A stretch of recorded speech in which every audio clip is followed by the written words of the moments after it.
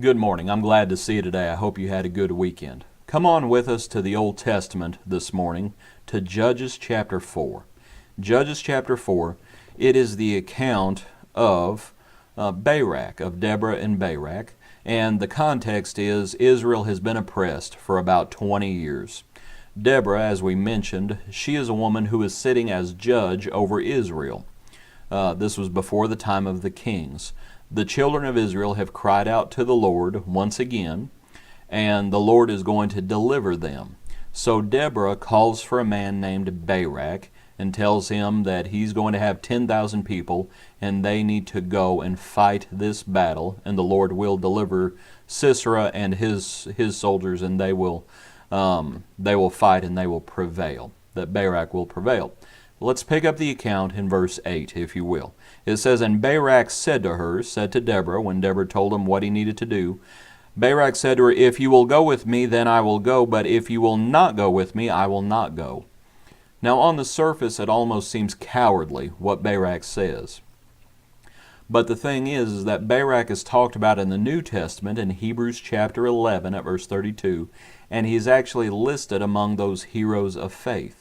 And I want you to think about whether or not Barak is really being cowardly, or whether or not it shows the high esteem that he had for this judge, for Deborah, that he wanted her to go with him.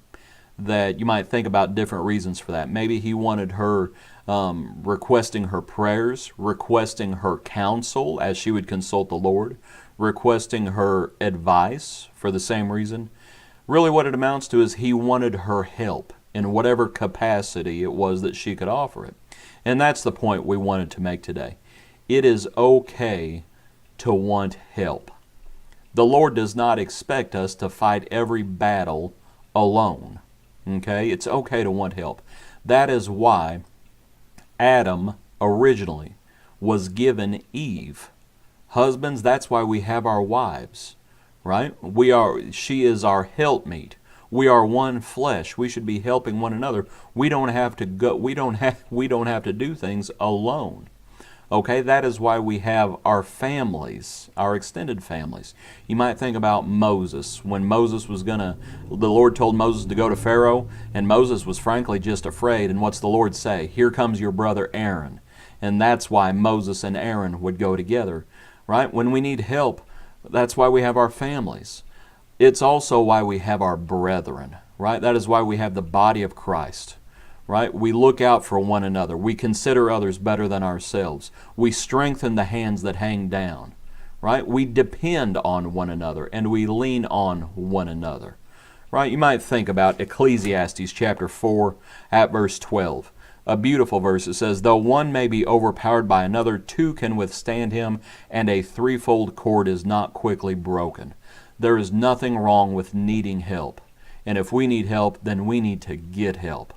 Right? Sometimes we have to face Goliath alone. But understand, even when David faced Goliath alone, the Lord was on his side. And that's where you need to remember, even if everybody else abandons you, what did Jesus say? "And lo, I am with you always, even to the ends of the age." The Lord is our shepherd, and at the very least, we have Him. Hope you enjoyed this study today. God bless you. Be a blessing to others. Tune in tomorrow morning.